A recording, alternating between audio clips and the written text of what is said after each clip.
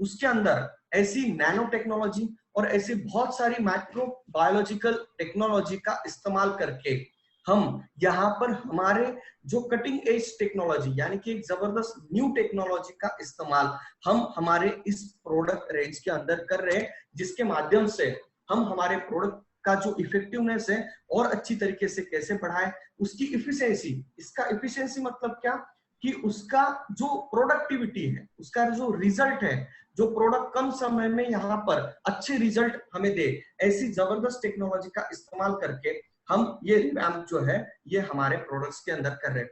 उसी के साथ देखो हमारे बायोफिट के प्रोडक्ट तो हम कहते हैं कि हमारे प्रोडक्ट बहुत जबरदस्त है, मार्केट में नंबर 1 प्रोडक्ट है, लेकिन समय के साथ बदलना और समय के पहले ही अच्छे बदलाव करना ये नेटसप की हमेशा सोच रही है। इसलिए हमारे प्रोडक्ट्स जो है वो तो अच्छे हैं, लेकिन उसके अंदर और नए नए बेनिफिट्स हमारे साइंटिस्ट नए नए उसके अंदर चीजें, नए इंग्रेडिएंट्स हम यहाँ पर ऐड कर रहे हैं, न्यू फीचर्स हम ऐड कर रहे हैं, जिसकी वजह से हमारा जो प्रोडक्ट है ये मार्केट में इतर दूसरे जितने भी प्रोडक्ट्स है उनसे कई बेहतर रहे। इसके ऊपर हमारे जो साइंटिस्ट है ये रात दिन काम करते हैं। और उसी के साथ यहाँ पर कुछ जगह पर प्रोडक्ट्स के अंदर नए फीचर्स तो ऐड करना ही है, लेकिन अगर कुछ प्रोडक्ट्स ऐसे हैं कि शायद उसमें 19-20 रिजल्ट आ रहा है, तो उस रिजल्ट को भी 100% कैसे लाए उसके ऊपर भी कंपनी ने यहाँ पर इस हमारे जो साइंटिस्ट है उन्होंने काम किया है। इसका मतलब क्या है कि रिवैम्प हमने जो बॉटल्स आपको दिख रही है सिर्फ नई बॉटल नहीं है, ये बाहर से तो लुक एकदम रिफ्रेश्ड है, लेकिन उसके कंटेंट जो है अंदर से भी हमने बहुत जबरदस्त तरीके से इसमें एनहांसमेंट हमने किया हुआ है।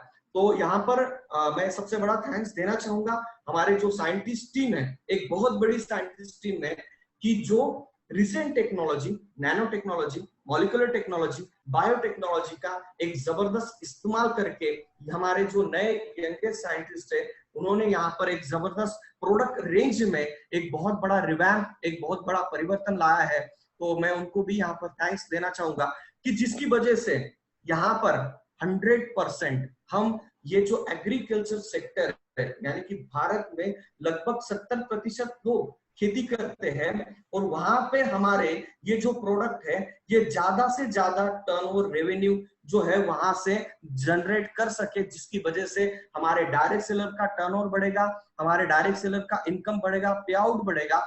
तो इसके लिए ये रिवैम्प किया गया है।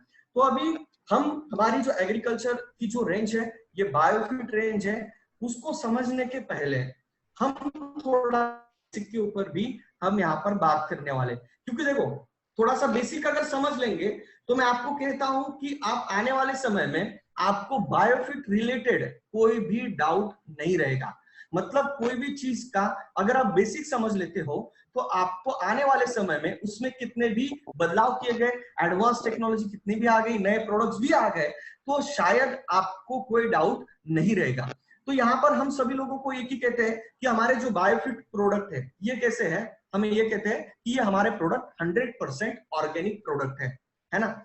हम लोगों को कहते हैं कि हमारी ये प्रोडक्ट जो है ये जैविक प्रोडक्ट है। इसका मतलब एग्जैक्टली क्या होता है, यानी कि ऑर्गेनिक का मतलब क्या है, जैविक का मतलब क्या है। हम सब लोगों को प्रमोट करते हैं कि ऑर्गेनिक प्रोडक्ट है, जैविक प्रोडक्ट है, तो इसका मतलब हमें पहले समझना चाहिए। देखो ऑर्गेनिक, जैविक, इसका मतलब ऐसा होता है कि ये पूरे प्रोडक्ट्स नेचुरल तरीके से, नेचुरल कंटेंट से बनाए गए हैं।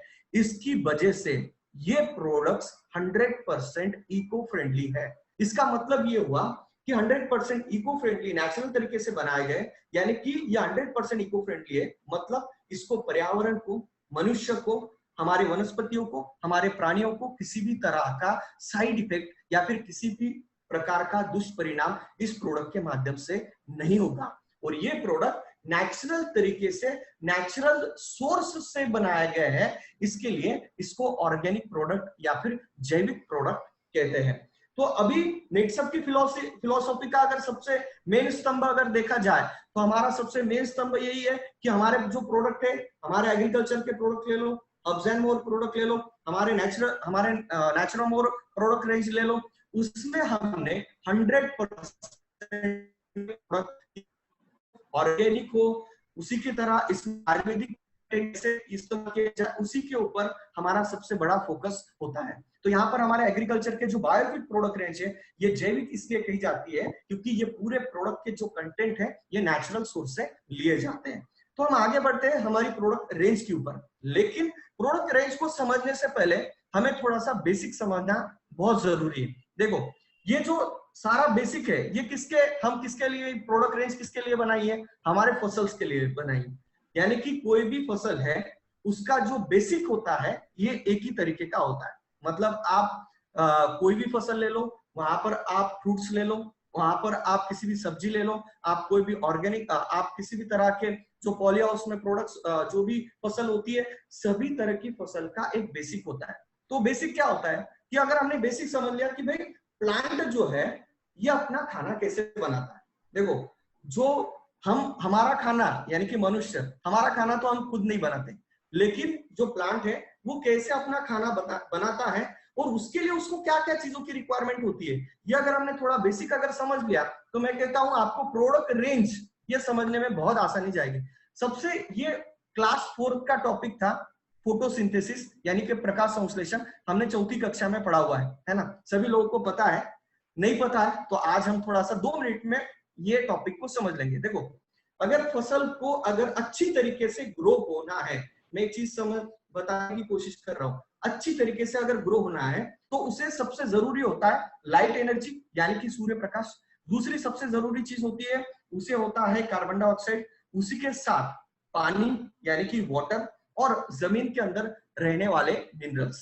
इन 3 चीजों की बहुत बड़ी मात्रा में आवश्यकता होती है, तब जाके प्रकाश संश्लेषण यानी कि पत्तों के माध्यम से कोई भी फसल अपना खुद का खाना बनाती है। यानी कि इसका मतलब यह है कि अगर फसल को ग्रो होना है, फसल को और अच्छी तरीके से डेवलप होना है, तो उसको क्या क्या चाहिए ये हम यहाँ पर देखेंगे। अगर इसको ये सारी चीजें अगर सही मात्रा में मिल गई तो इसका मतलब क्या है कि फसल बहुत अच्छी तरीके से बढ़ेगी और उसमें से आने वाला जो प्रोडक्शन है वो भी बहुत जबरदस्त रहेगा। तो इंपॉर्टेंट एलिमेंट्स क्या क्या है, यानी कि प्लांट यानी कि हमारी फसल यानी कि हमारा क्रॉप, उसको ग्रो होने के लिए सबसे इंपॉर्टेंट फैक्टर्स क्या क्या है?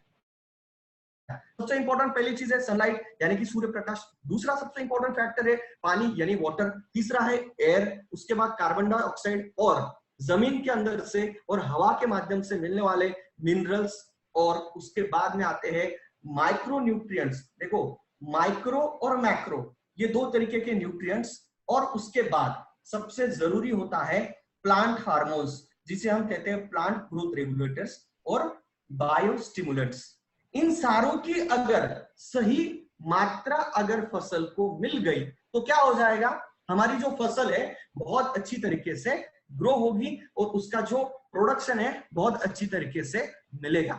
लेकिन अभी हम sunlight, water, air, carbon dioxide, ये तो हमारे जो वातावरण है उसमें तो हम आर्टिफिशियली तो किसी भी प्लांट को नहीं दे सकते, लेकिन मैक्रोन्यूट्रिएंट्स, माइक्रोन्यूट्रिएंट्स, प्लांट हार्मोन्स और बायोस्टिमुलेंट क्या हम इस हमारे जो प्लांट्स है उसको दे सकते हैं क्या? ये उसके ऊपर हम थोड़ा सा बात करेंगे, फिर उसके बाद हम मेन टॉपिक्स के ऊपर आएंगे। अभी हमने एक चीज देख ली कि भाई खाना, हमारा जो फसल है या फिर हमारे जो पौधे है वो खाना किस तरीके से बनाते हैं।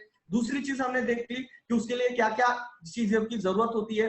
उसके बाद हमारी अभी हमने देख लिया कि फसल को ग्रो होने के लिए क्या चाहिए। अभी हम देखते हैं कि फसल को ग्रोथ ना होने से यानी कि उसको प्रॉब्लम कौन क्रिएट कर रहा है। अगर इसको हम अगर सही से समझ लेंगे तो क्या हो जाएगा, हमें दोनों चीज में बहुत अच्छी तरीके से समझ में आ जाएगा कि हमारे प्रोडक्ट्स किन किन चीजों के ऊपर काम करते हैं। अभी सबसे इंपॉर्टेंट चीज प्लांट न्यूट्रिएंट डिफिशियंसी, यानी कि अगर जो न्यूट्रिएंट्स मैं बात कर रहा था, मैक्रोन्यूट्रिएंट्स, माइक्रोन्यूट्रिएंट्स, प्लांट हार्मोन्स और बायोस्टिमुलेंट, अगर उसको सही मात्रा में नहीं मिले तो क्या हो जाता है, पौधा सूख जाता है, येलो हो जाता है यानी कि पीलापन पड़ जाता है, जो उसके पौधे होते हैं वो सूखने लग जाते हैं। ये एक बहुत बड़ी समस्या किसानों को यहाँ पर होती है।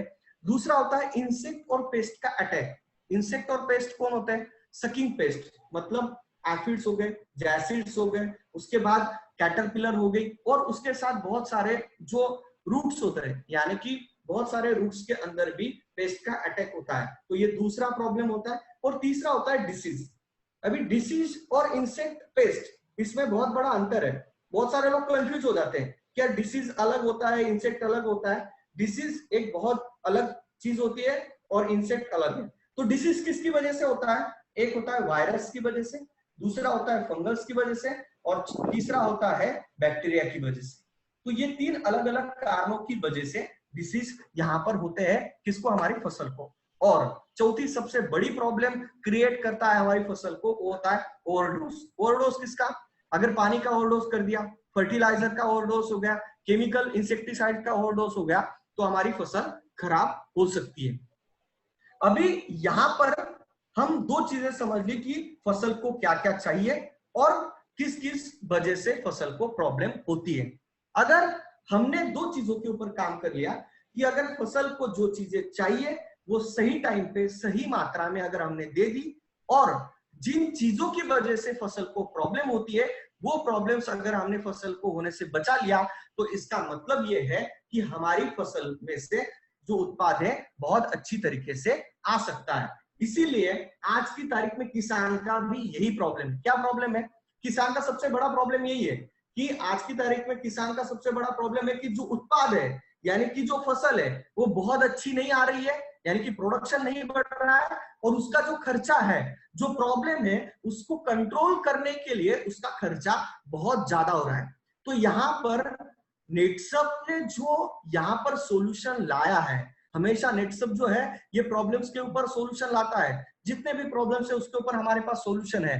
तो यहाँ पर हमारे पास सॉल्यूशन क्या है कि जो नेसेसरी एलिमेंट्स है जो प्लांट ग्रोथ होने के लिए, वो हम यहाँ पर देने की पूरी तरीके से कोशिश करेंगे हमारे प्रोडक्ट के माध्यम से, और हमारे प्रोडक्ट के माध्यम से हमारी फसल को बचाने का काम करेंगे, यानी कि जो प्रॉब्लम क्रिएट कर रहे हैं उनसे हमारी फसल को बचाने का काम यहाँ पर करेंगे। तो इस तरीके से हमारे प्रोडक्ट उत्पाद बढ़ाने में कैसे काम करेंगे और खर्चा कम करने में कैसे काम करेंगे, उसके ऊपर हम एक एक प्रोडक्ट के माध्यम से हम यहाँ पर देखते हैं। तो यहाँ पर सबसे इंपॉर्टेंट चीज और सबसे पहला प्रोडक्ट हमारे इस प्रोडक्ट रेंज का जो है स्टीम रिच, जो कि हमारा सबसे फेवरेट प्रोडक्ट यहाँ पर स्टीम रिच है। तो यहाँ पर अगर हम बात करते हैं अभी स्टीम रिच में क्या बदलाव आया हुआ है और ये स्टीम रिच किस तरीके से काम करता है। अभी हम बहुत सारे लोग जब मार्केट में जाते हैं, ऑलरेडी आप बायोफिट प्रोडक्ट रेंज अगर आप सब लोग फास्ट ट्रैक मेंटेन कर रहे हैं, इसका मतलब आप अच्छा खासा टर्नओवर ये बायोफिट प्रोडक्ट रेंज के माध्यम से यहाँ से आप ला रहे हो, और ऑलरेडी बायोफिट प्रोडक्ट रेंज आप सेल कर रहे हो। आपको ऑलरेडी पता है, आप किसानों को ये बोलते हैं कि हमारा जो बायोफिट का जो स्टीम रिच है वो एक टॉनिक है। हम बहुत सारे इसी तरीके से हमारे स्टीम रिच का प्रमोशन करते हैं, लेकिन टॉनिक में भी बहुत सारे प्रकार होते हैं। लेकिन हमारा स्टीम रिच और मार्केट का जो टॉनिक होता है उसमें क्या अंतर है, किस तरीके से हमारा स्टीम रिच बेनिफिशियल है, उसके ऊपर हम यहाँ पर डिटेल बात करेंगे। अभी हमारा जो स्टीम रिच है वो यहाँ पर अगर देखा जाए जो रिवैम्प हुआ है, उसके बाद ये पीपीटी आप लोगों के पास ऑलरेडी बहुत सारे लोगों के पास पहुंच चुकी है।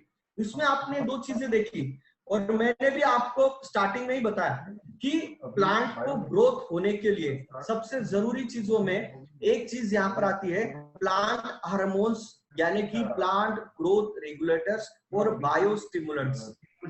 ये प्लांट हार्मोन्स होते क्या है? जैसे कि हमारी बॉडी में भी बहुत सारे हार्मोन्स होते हैं, मतलब मनुष्य की बॉडी में और स्त्री की बॉडी में बहुत अलग अलग तरीके के हार्मोन्स होते हैं जो हमारी बॉडी को पूरी तरीके से कंट्रोल करते हैं, या फिर उसके जो बॉडी के जो पार्ट्स होते हैं उसको उसका इफेक्टिवनेस बढ़ाने के लिए हार्मोन्स बहुत इंपॉर्टेंट रोल प्ले करते हैं। लेकिन अभी फसल में भी हार्मोन्स होते हैं क्या? 100% फसल में भी हार्मोन्स रहते हैं, लेकिन ये जो हार्मोन्स रहते हैं हर फसल में ये पर्याप्त मात्रा में नहीं रहते। एक चीज समझो, क्या हार्मोन्स जो होते हैं हर फसल में रहते हैं, लेकिन वो पर्याप्त मात्रा में नहीं रहते, यानी कि कम मात्रा में रहते, जिसकी वजह से अगर हम ये हार्मोन्स हम उनको अगर बाहर से उस फसल को अगर देंगे तो क्या हो जाएगा, वो फसल में क्या हो जाएगी, वो हार्मोन्स की मात्रा बढ़ जाएगी, जिसकी वजह से उसकी प्रोडक्टिविटी जो है ये बढ़ जाएगी। इसलिए हमारा जो नया स्टीम रिच आया है उसमें सबसे इंपॉर्टेंट चीज ऐड की गई है, ये है अलग अलग तरीके के प्लांट ग्रोथ रेगुलेटर्स। देखो प्लांट हार्मोन्स को ही प्लांट ग्रोथ रेगुलेटर्स कहते हैं, उसी के साथ बायो स्टिमुलेंट भी इसके अंदर ऐड किए गए। ये पीपीटी आपने पढ़ी होगी, लेकिन आपको ये समझ में नहीं आया होगा कि यार प्लांट ग्रोथ रेगुलेटर्स होता क्या है, बायो स्टिमुलेंट होता क्या है। ये जो फसल होती है उसके अंदर बहुत कम मात्रा में हार्मोन्स रहते हैं, और ये हार्मोन्स अगर सही मात्रा में या फिर ज्यादा मात्रा में अगर फसल में अगर बढ़ गए तो क्या होता है, फसल की ग्रोथ ये बहुत अच्छी तरीके से हो सकती है। एक छोटा सा एग्जांपल मैं आपको हार्मोन्स का देना चाहूंगा। बहुत सारे लोग जिम में जाते हैं तो स्टेरॉइड्स लेते हैं।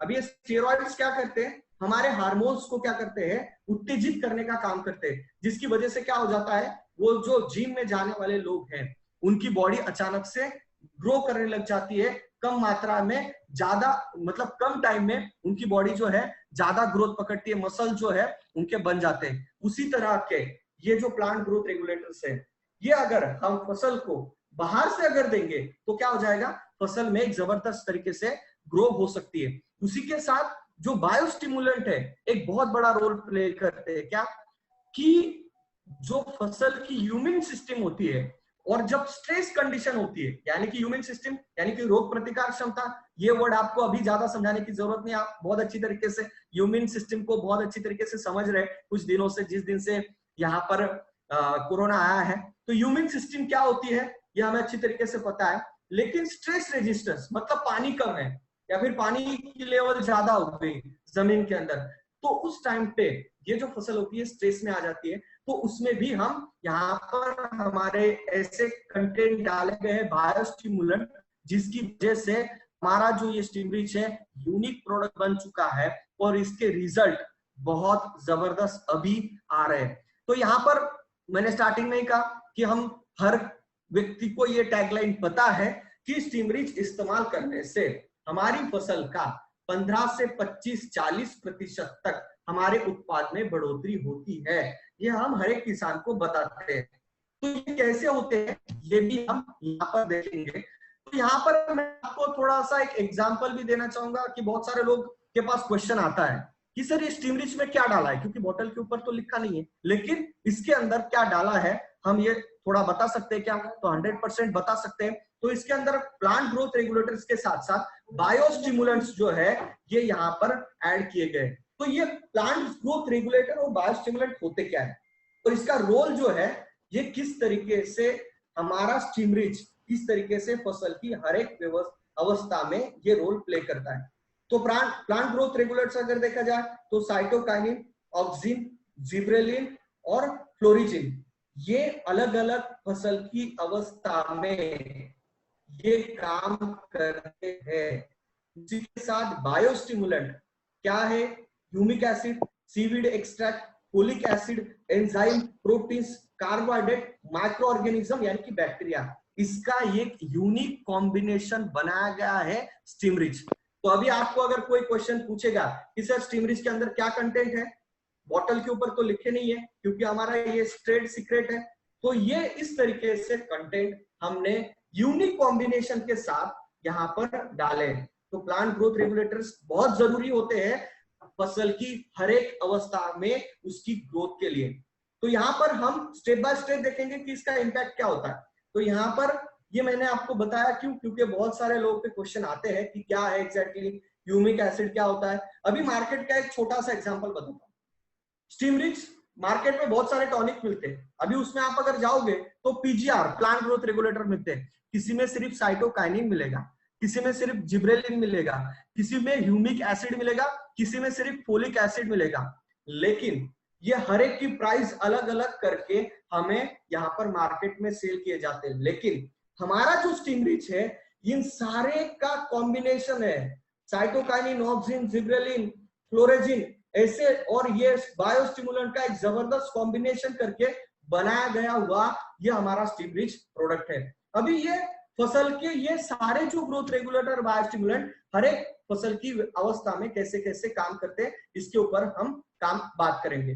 अभी हम किसी भी किसान को एक चीज सजेस्ट, देखो ये चीजें जो मैंने अभी तक बताई ये आपके इंफॉर्मेशन के लिए मैंने यहाँ पर बताई है। अगर कोई आपको एडिशनल पूछेगा तो आप इन चीजों के ऊपर बात कर सकते हैं। दूसरी, हम हर एक किसान को एक सजेस्ट करते हैं कि आपको बीज उपचार यानी कि सीड जर्मिनेशन अगर अच्छी तरीके से करना है तो बीज उपचार करके कीजिए स्टीम रिच के साथ। तो उससे फायदा ये होता है कि अगर आपने बीज उपचार करके अगर आपने बोनी की है, यानी कि आपने जो भी फसल जो बीज है वो जमीन के अंदर डाली है, तो उसमें से 100 में से 60 to 70% का ही सीड का जर्मिनेशन होता है। लेकिन आपने उसका बीज उपचार किया है स्टीम रिच के साथ, तो उसका जो जर्मिनेशन है आप यहाँ पर दूसरे साइड में देख सकते हैं, तो 90 to 95% तक सीड का जर्मिनेशन होता है। ये तो हमें पता है, लेकिन हम हर एक किसान को हम बताते हैं, लेकिन टेक्निकली हमें पता है क्या ये कैसे होता है। अगर थोड़ा सा टेक्निक की बात अगर करेंगे तो मैं 2 मिनट में आपको समझाने की कोशिश करूंगा कि ये कैसे वर्कआउट होता है। देखो, अगर स्टीम रिच के साथ बीज उपचार करते हैं तो 90 to 95% तक हो रहा है, और स्टीम रिच के साथ बीज उपचार नहीं करेंगे तो सिर्फ 60 to 70% ही हो रहा है। ऐसा क्यों हो रहा है? क्योंकि हमें इसको थोड़ा सा देखना पड़ेगा कि भाई बीज एग्जैक्टली होता कैसे। देखो, बीज इस तरीके से होता है, ये एग्जांपल के तौर पे मैंने इमेज लिया है। इसमें एक एम्ब्रियो होता है। एम्ब्रियो मतलब क्या होता है? गर्भ। इसके अंदर जो बीज होती है इसके 3 मेजर पार्ट होते हैं। एक होता है बाहर का कवरी और अंदर होता है फूड स्टोरेज। जो कोई भी बीज होता है ये लगभग 1 साल से 6 महीने तक ये पुराना होता है। मतलब कोई भी किसान को जो बीज मिलता है वो 1 साल 6 महीने 2 साल पुराना होता है, और फिर वो हर फसल में हर तरीके से वो इस्तेमाल करता है। तो यहाँ पर जब हम बीज उपचार करते हैं तो यहाँ पर हमारे प्रोडक्ट के अंदर क्या है? बहुत सारे प्लांट ग्रोथ रेगुलेटर्स है।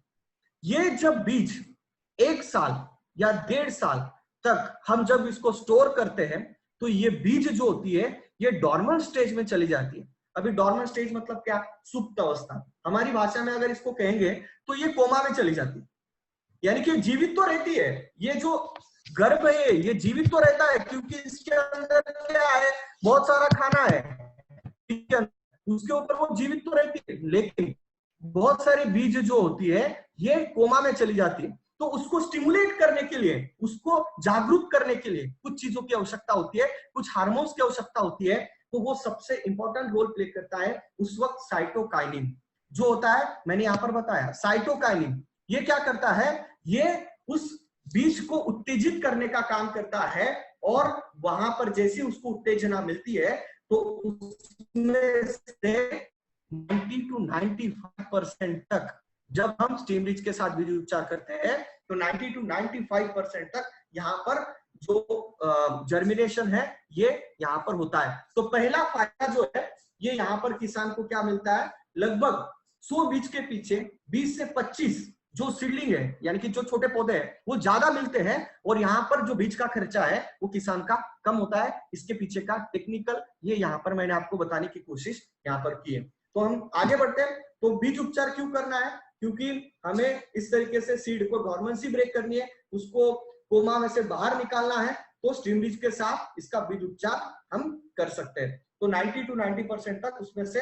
जर्मिनेशन होता है। दूसरा जो स्टीम रिच का सबसे इंपॉर्टेंट फायदा यहाँ पर हमने देखा है कि मैंने आपको स्टार्टिंग में बताया, हम स्टार्टिंग की साइड पे यहाँ जाएंगे, मिनरल्स और माइक्रो न्यूट्रिएंट्स ये जो होते हैं ये कहाँ से मिलेंगे? ये हमारी फसल को ग्रोथ होने के लिए बहुत जरूरी होते हैं, लेकिन हमें ये कहाँ से मिलेंगे? ये हमें मिलते हैं जमीन में से, यानी कि जो फसल होती है उसको जमीन में से मिलते हैं। लेकिन ये फसल को कौन देता है?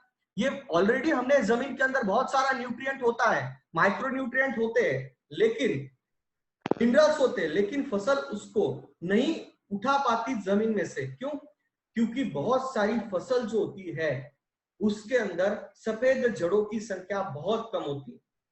अगर आपको एग्जाम्पल देखना है, आप खेत में जाओ और जो हेल्दी फसल है या फिर जो फसल दूसरे फसल से थोड़ी ज्यादा ऊंची हो गई है उसको आप खेत में से निकालो और उसकी जड़ें देखो, तो वहां पर आपको सफेद जड़ों की संख्या ज्यादा दिखेगी। क्यों? क्योंकि सफेद जड़ों की संख्या अगर बढ़ती है तो क्या होता है? जमीन के अंदर जितने भी मिनरल्स मैक्रोन्यूट्रिएंट और माइक्रोन्यूट्रिएंट्स होते हैं उसको एब्सॉर्ब करने का काम कौन करता है? सफेद जड़ें करते हैं। तो हमारे स्टीम रिच के अंदर कुछ ऐसे कंटेंट है कि जो ये काम करते हैं। ऑक्सिन एक इस तरीके का कंटेंट है हमारे प्रोडक्ट का, प्लांट ग्रोथ रेगुलेटर, जो ये काम करता है, जो सफेद जड़ों की संख्या बढ़ाने का काम करता है। तो अगर सफेद जड़ों की संख्या अगर बढ़ गई तो क्या होगा? फसल जमीन में से ज्यादा न्यूट्रिएंट उठाएगी और किसको देगी? फसल को ऊपर देगी, तो जिसकी वजह से फसल की ग्रोथ होगी और फसल को सही मात्रा में न्यूट्रिशन मिलेगा। तो क्या होगा? पत्ते की साइज बढ़ती है, पत्ती में ग्रीनरी बढ़ती है, जिसकी वजह से क्या होगा? फोटोसिंथेसिस होगा, प्रकाश संश्लेषण होगा, और क्या होगा? जो फसल जो है वो ज्यादा मात्रा में अपना खाना बना पाएगी, और खाना ज्यादा बनाएगी तो उसकी ग्रोथ जो है ये ज्यादा होगी। एक छोटा सा सिंपल सा लॉजिक इसके पीछे। तो हमारा जो प्रोडक्ट है ये अगर जैसे ही हमारी फसल 3 या 5 पत्ते की हो जाती, इसका मतलब 10 से 15 दिन की जब फसल होती है, तब अगर हम पहला छिड़काव स्टीम रिच का अगर करते हैं तो क्या होगा? सफेद जड़ों की संख्या जो है ये यहाँ पर हमारे फसल में यहाँ पर बढ़ती है, जिसकी वजह से जमीन में से जो न्यूट्रिशन है वो फसल आसानी के साथ यहाँ पर उठा सकती है। उसके साथ बहुत सारे बार क्या होता है कि हमारी फसल की जो ग्रोथ है कई बार जो है ये कम सी जाती है, क्योंकि उसकी वेजिटेटिव ग्रोथ जितनी बढ़ेगी, यानी कि वेजिटेटिव ग्रोथ मतलब क्या?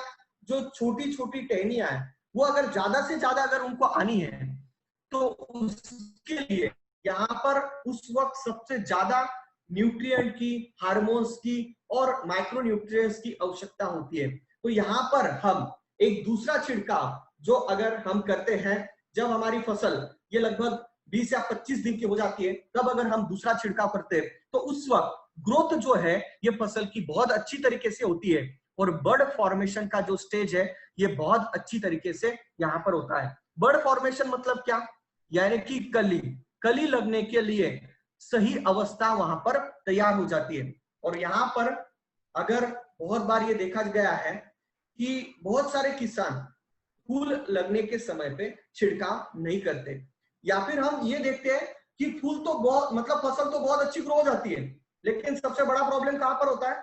फसल ग्रोथ हो जाती है लेकिन उसको फूल भी आ जाते हैं, लेकिन फूलों का फलों में कन्वर्जन नहीं होता, या फिर फूल ही नहीं लगते, या फिर फूल लग गए तो उनका जो फ्लावर ड्रॉप है यानी कि फूल गिरने की जो प्रमाण है ये बहुत ज्यादा बढ़ जाता है। तो उस वक्त फसल को सबसे ज्यादा मात्रा में यहाँ पर न्यूट्रिशन की आवश्यकता होती है, यानी कि उस वक्त ऑक्सिन नाम के एक प्लांट ग्रोथ रेगुलेटर की बहुत बड़ी मात्रा में आवश्यकता होती है। अगर हम उस वक्त अगर स्टीम रिच का छिड़काव करते हैं तो फलों की और फूलों की लगने की संख्या बढ़ेगी, उसी के साथ यहाँ पर जो फूल है वो गिरना पूरी तरीके से बंद हो जाएगा। जहां पर अगर फूलों का गिरना अगर बंद होगा तो सबसे इंपॉर्टेंट फायदा क्या होगा कि वहां पर फूलों का फलों में कन्वर्जन यहाँ पर बहुत अच्छी तरीके से होता है।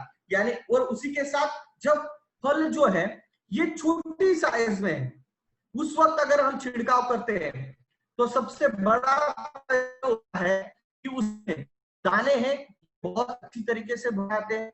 हमने कई बार ये देखा है कि फली तो लग जाती है, सेंग जो है वो लग जाती है, लेकिन होता क्या है कि उसमें दाने नहीं भराते।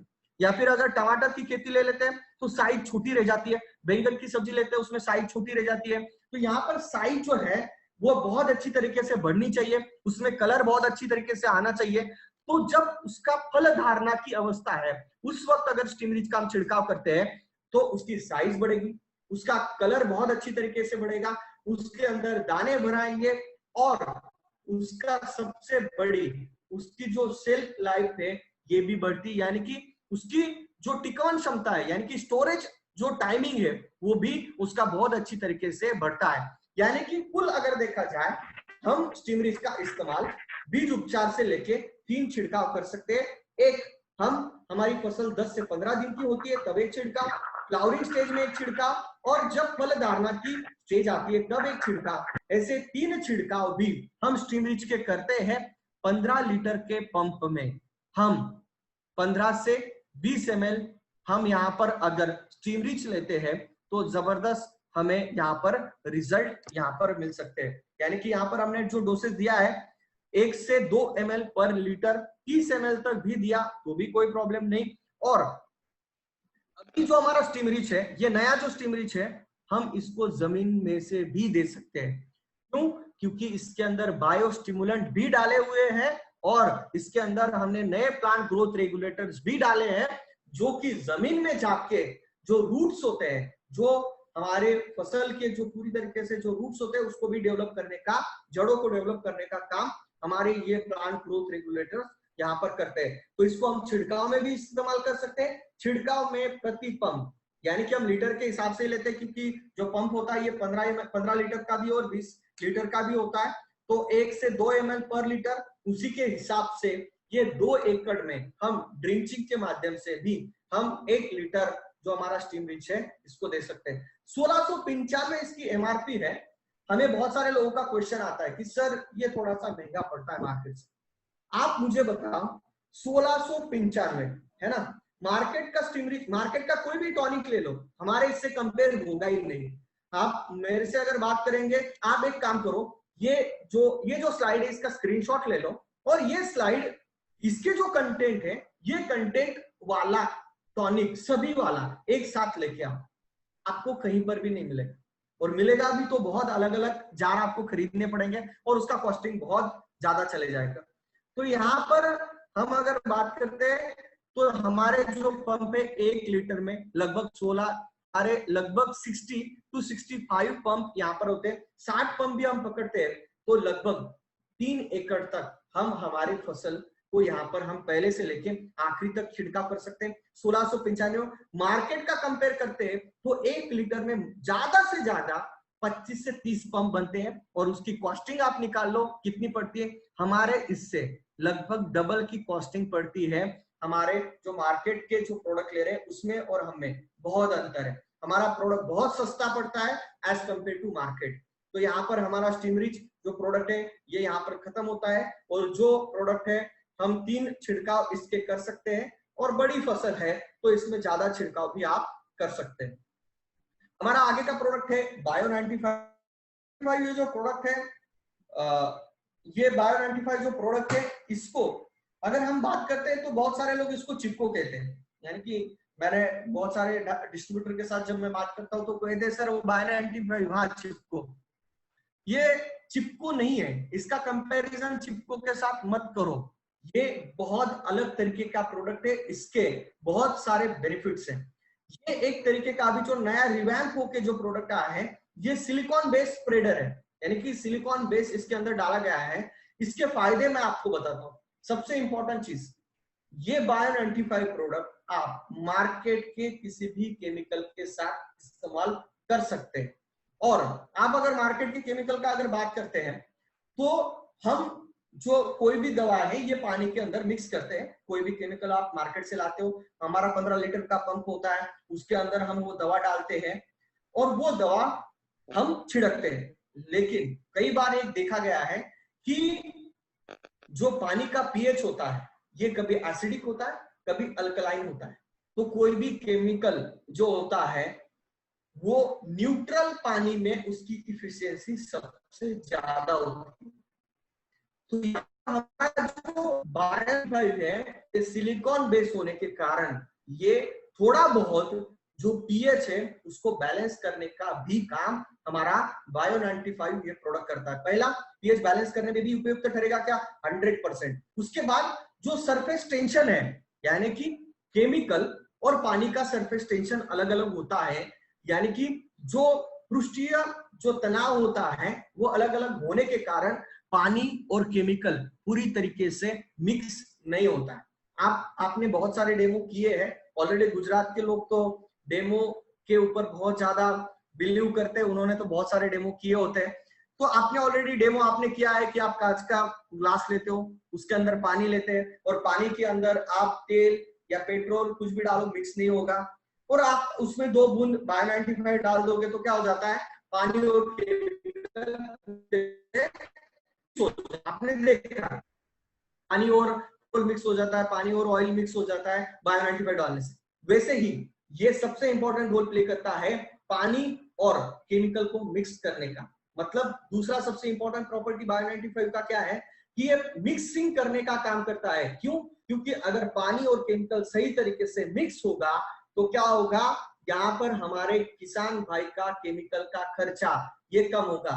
क्योंकि जब वो किसान छिड़काव करता है, कुछ जगह पर केमिकल पड़ता है, कुछ जगह पर पानी गिरता है, वो पानी और केमिकल पूरी तरीके से मिक्स नहीं होता है, उसकी वजह से वहां पर पूरी तरीके से 100% रिजल्ट जो है किसान को देखने को नहीं मिलता। लेकिन पानी और केमिकल पूरी तरीके से मिक्स हो गया तो वहां पर जो भी केमिकल वो छिड़केगा तो उसका इफेक्टिवनेस, इफिशियंसी यहाँ पर बढ़ता है। इसकी वजह से यहाँ पर जो है एक बहुत बड़ा बेनिफिट केमिकल और पानी को मिक्स करने का यहाँ पर हमारे बायो 95 के माध्यम से मिलता है। उसी के साथ ये स्टिकर का भी काम करता है और स्प्रेडर का भी काम करता है। मतलब कई बार ये देखा जाता है कि बारिश के मौसम में हम छिड़काव करते हैं और क्या हो जाता है, बारिश हो जाती है तो हमारा जो केमिकल है पूरी तरीके से धुल जाता है। अगर यहाँ पर 3 से 4 घंटे भी छिड़काव करने के बाद बारिश नहीं हुई तो हमारा जो केमिकल है उसका इफेक्टिवनेस बढ़ाने का काम जो है ये बायो 95 करता है। उसी के साथ जो जो पत्ते होते हैं उसके ऊपर बहुत सारे छिद्र होते हैं, तो उस छिद्र के माध्यम से इस केमिकल को अंतर प्रवाही यानी कि फसल की पूरी तरीके से पूरी फसल पे फैलाने का काम भी ये बायो 95 प्रोडक्ट करता है। और उसी के साथ सबसे इंपॉर्टेंट रोल, ये जो छिद्र होते हैं उसके ऊपर एक द्वारपाल होता है, यानी कि छिद्र खोलने चाहिए, बंद कब होने चाहिए, उसके लिए एक द्वारपाल होता है, उसका नाम होता है स्टोमेटा, जो कि दरवाजा खोलता है, बंद करने का काम करता है, जिसको स्टोमेटा कहते हैं। जो कि इवापोरेशन यानी कि फसल में से बाष्पीभवन होने का जो रेट है उसको कंट्रोल करने का काम ये स्टोमेटा करता है। तो उसको कंट्रोल करने के लिए ये बायो 95 बहुत इंपॉर्टेंट रोल यहाँ पर प्ले करता है। यानी कि आप अगर देखेंगे तो ये स्टिकर का काम करता है, स्प्रेडर का काम करता है, मिक्सिंग का काम करता है, अंतर प्रवाही का काम करता है, और ये उसी के साथ पीएच को कई हद में बैलेंस करने का भी काम करता है, पानी की पीएच को। तो आप देख सकते हैं कि बायो 95 ये जो प्रोडक्ट है ये एक हमारा ऑलराउंडर प्रोडक्ट है। यानी कि मैं तो एक ही कहूंगा कि मार्केट में अगर कोई किसान नेटसप के बायोफिट के प्रोडक्ट नहीं यूज कर रहा है ना, कोई प्रॉब्लम नहीं, लेकिन उसको आप कंपलसरी बायो 95 ये प्रोडक्ट सेल करो। क्यों?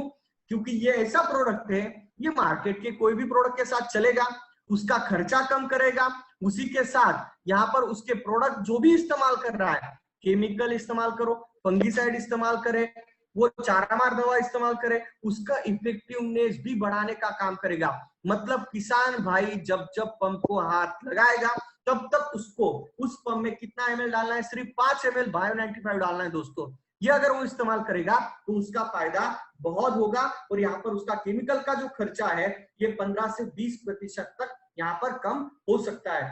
तो अब की बार आप अगर किसान आपकी बात अगर प्रोडक्ट वो बोलता है कि सर मुझे ऑर्गेनिक खेती नहीं करना, बहुत बार बोलते हैं भाई नहीं करना है तो कम से कम बायो 95 तो इस्तेमाल कर, जो कि इसके केमिकल का खर्चा कम करेगा। यानी कि हम अगर कोई किसान के पास जाते हैं तो हम बायो 95 बेच के ही आना है, जैसे कि हम करते हैं, हमारे अस्मिताएं करती है, हमारे सभी डायरेक्ट सेलर करते हैं। अगर उसने ज्वाइनिंग नहीं किया तो कम से कम उसको हमारा कुछ ना कुछ एक प्रोडक्ट को भी सेल करके आते हैं। तो वैसे हमारा बायो 95 ये प्रोडक्ट जो है ये हम हर एक किसान को कंपलसरी सेल कर सकते हैं, किसी भी किसान को, भले वो हमारे प्रोडक्ट इस्तेमाल करे नहीं करे, क्योंकि ये प्रोडक्ट सभी प्रोडक्ट्स के साथ इस्तेमाल कर सकते हैं, हमारे प्रोडक्ट्स के साथ साथ भी, और मार्केट के हर एक केमिकल के साथ इसका इस्तेमाल करना है। लेकिन इसको 15 लीटर के पंप में सिर्फ 5 ml इस्तेमाल करना है और इसको मात्र छिड़काव में ही इस्तेमाल करना है। तो ये हमारा बायो 95 प्रोडक्ट है। इसके जो यहाँ पर आप पीपीटी में देख रहे हैं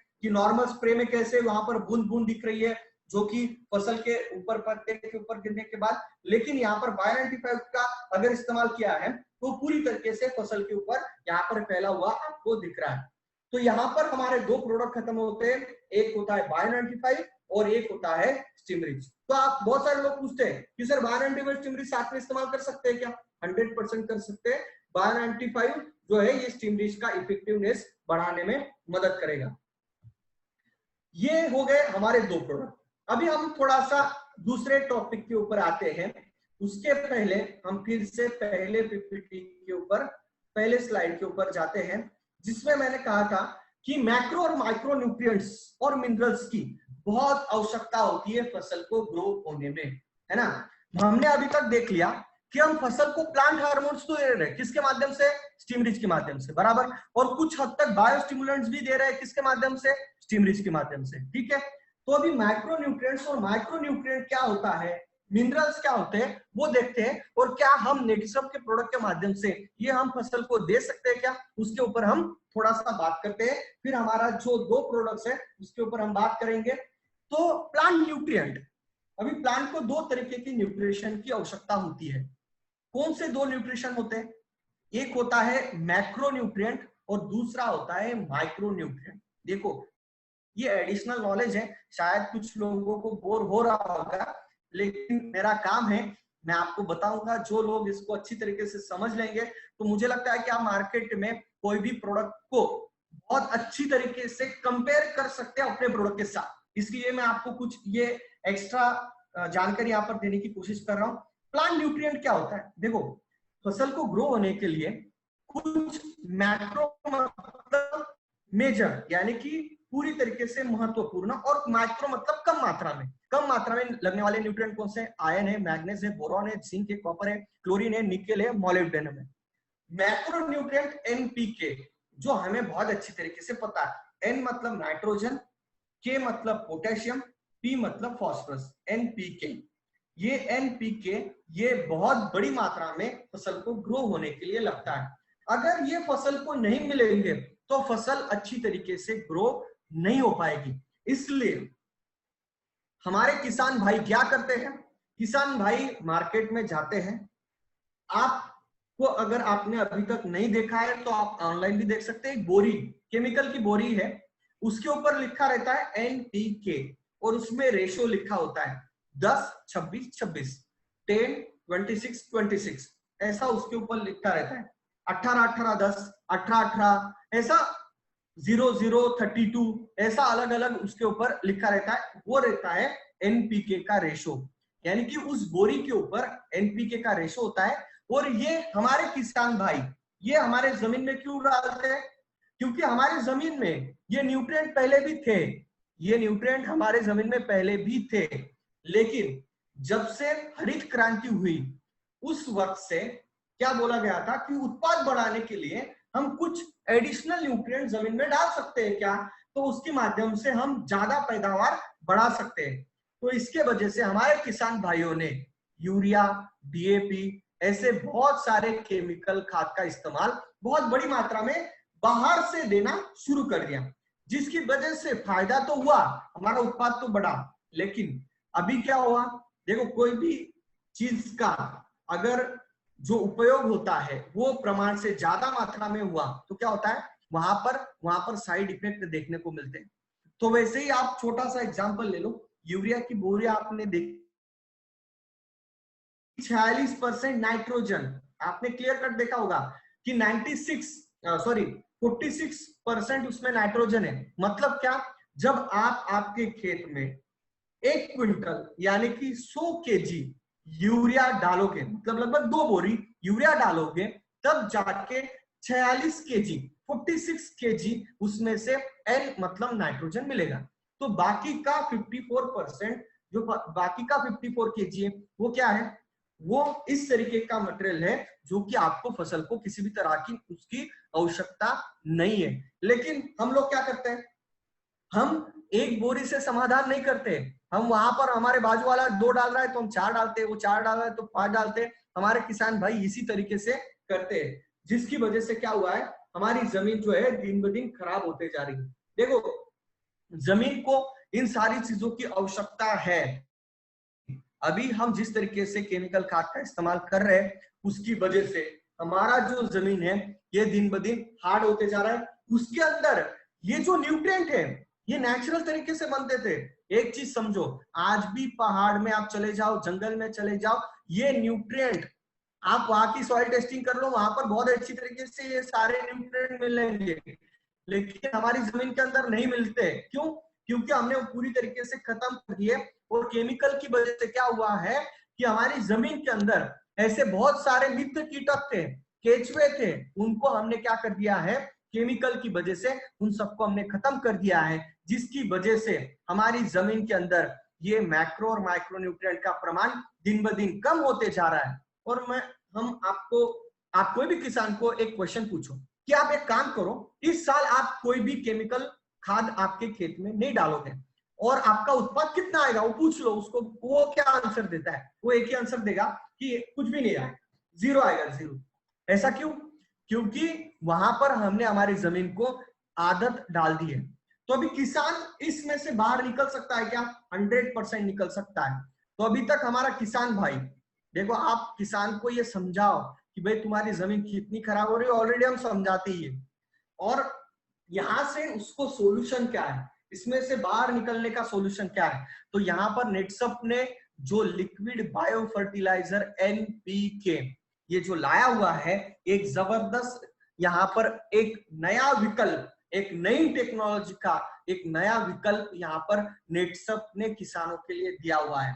तो अभी बहुत सारे लोग मुझे क्वेश्चन पूछते हैं और आपको भी पूछते होंगे कि सर एनपीके में फिर ये 10 26 26 कितना होता है, या फिर ये जो क्या बोलते हैं इसको, इसमें 10 एन में कितना है, पी में कितना है, के में कितना है, सब पूछते हैं।